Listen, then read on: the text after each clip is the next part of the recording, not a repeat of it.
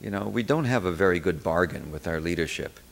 In other words, and this is something that I felt in beginning with the Vietnam War, and that is all of us in our personal lives, all of us as parents, as children. We don't like to lie to our children, and we don't like children to lie to us, with the exception, I would say, of teenage girls for about a year or two. Let's be realistically. That's an impossible standard. But in general, we don't like, I mean, a 14-year-old girl is really dangerous anyway. Seriously, that's the way we go through life. And, you know, you have a marriage, or you have somebody else you're committed to, whatever the relationship of whatever the other person is. Your relationship at the core is, you can call it love, but it's also trust. And so sort of the basics that we need in our society to get along, our day-to-day basics, what are they? They're integrity, trust, not lying, having somebody with whom you can always be honest and straightforward. Requirements, we all need, nothing exceptional about it. Everybody in the world has the same requirements, even Iraqis, and even Shiite and Sunni. And anyway, and yet what we demand in our personal life, which we need in our personal life, none of us have any realistic expectation of holding the highest officials in the government to the same standards.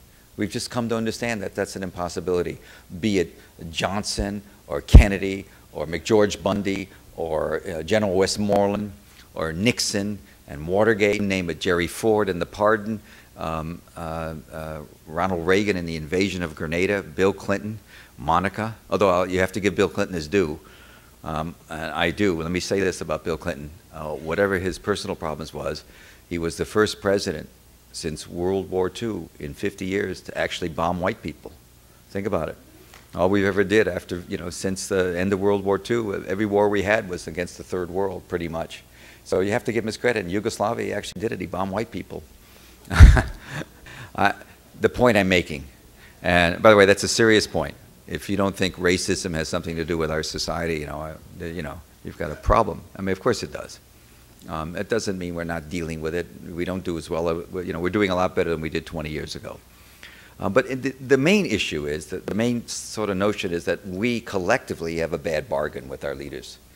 We give them the right in a time of crisis to come into our home. If the president wants to invoke a draft, he'll have a pitched battle, but he won't do it because of the politics. But if he did, we would let him come into our, you know, maybe we'd send them to Canada, but many people would let their oldest son and daughter, or their sons and daughters, go and kill and be killed in the name of democracy. We do that because we're loyal citizens, and we love our country.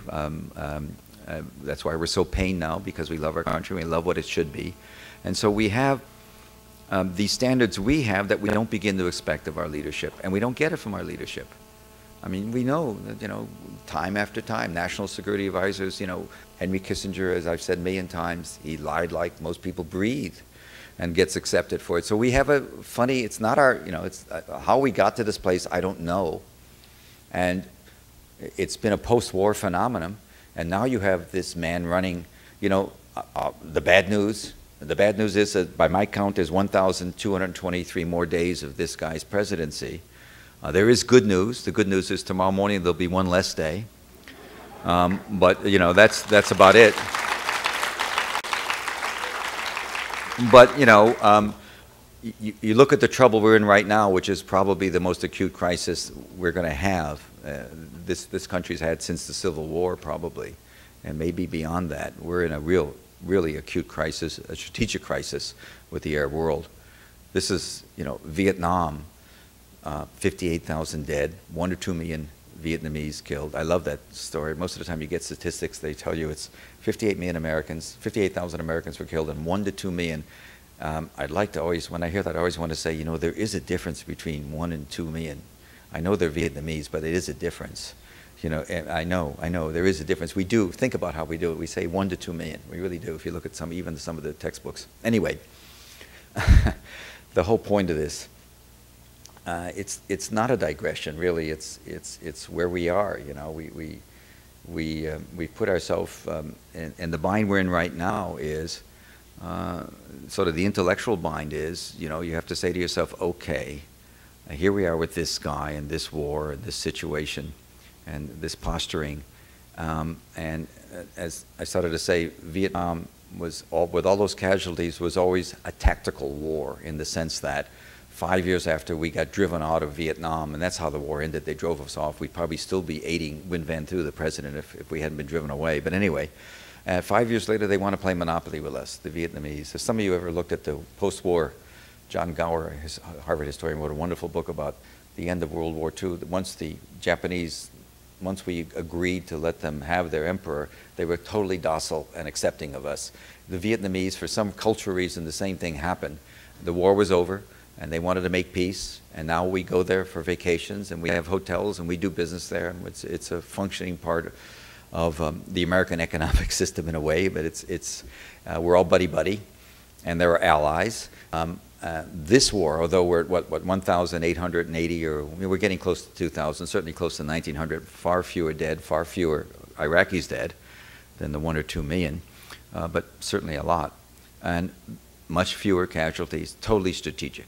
This is a strategic war that we're in. We're in a strategic war that's going to have enormous strategic consequences for the future of all of us. In Afghanistan, where we've gone to war against the Taliban Pashtun society, and asked some of your scholars on that part of the world, I did. Revenge comes in, 2 or 3 generations is good enough time for revenge. They don't, 20, 30 years, and the revenge will come. But it doesn't come right away. They take their time. Revenge can take place, as I said, 20, 30, 40 years later. It's a perfectly appropriate time to revenge the son of the son for something they did to you. We haven't begun to figure out what we've done. We've enraged a vast part of the world that, among other things, controls an awful lot, most of the oil, which the president is beginning to figure out. But anyway, and so there we are. I joke, one of the things I always tell myself, it's like that wonderful Richard Pryor bit. I don't know if you've ever listened to him. He's pretty ill now, I gather, but in his heyday, he was very funny. And he has a bit where he's in bed doing his wife's best friend, and she comes home early for work and catches him right there, and she starts shrieking. He jumps up and says, "This isn't happening. What you think is going on isn't going on." And he does a bit, and he eventually says, "Now, you've got to decide. Are you going to believe me or your lying eyes?" And so this is what Bush's message to us basically has been about Iraq. Are you going to believe me about what's going on or your lying eyes? What happened in Katrina was amazing, because in Katrina, the cable news, which is, I don't know why we use the word news, the cable, whatever it is, whatever the word, shouldn't be news, the cable things that go on, the 24-hour cable things that go on, suddenly they were confronted, of course, with the president, who's making the usual vacuous statements. And, I can't tell you if he's a liar. I don't think he's a liar, which scares the hell out of me. I think he believes. It's much more frightening that he's not a liar. If I'm agnostic about what Cheney, where he is in terms of oil, but the one thing about this, if you knew Kissinger was involved, let's say in some way, you'd know that down deep there was some magical deal to this madness of going to Iraq in response to 9/11. There'd be something, oil futures or something. But with Bush, you have a guy that totally believes that bringing democracy to the world, that somehow democracy equals no terrorism, which is absolutely not true. That's categorically, there's no correlation. There's been a lot of democratic societies that have had an awful lot of terrorism. Getting rid of democracies doesn't. Anyway, you can think about that yourself. But Bush does believe. This is pretty sure. I've been watching this guy for a long time.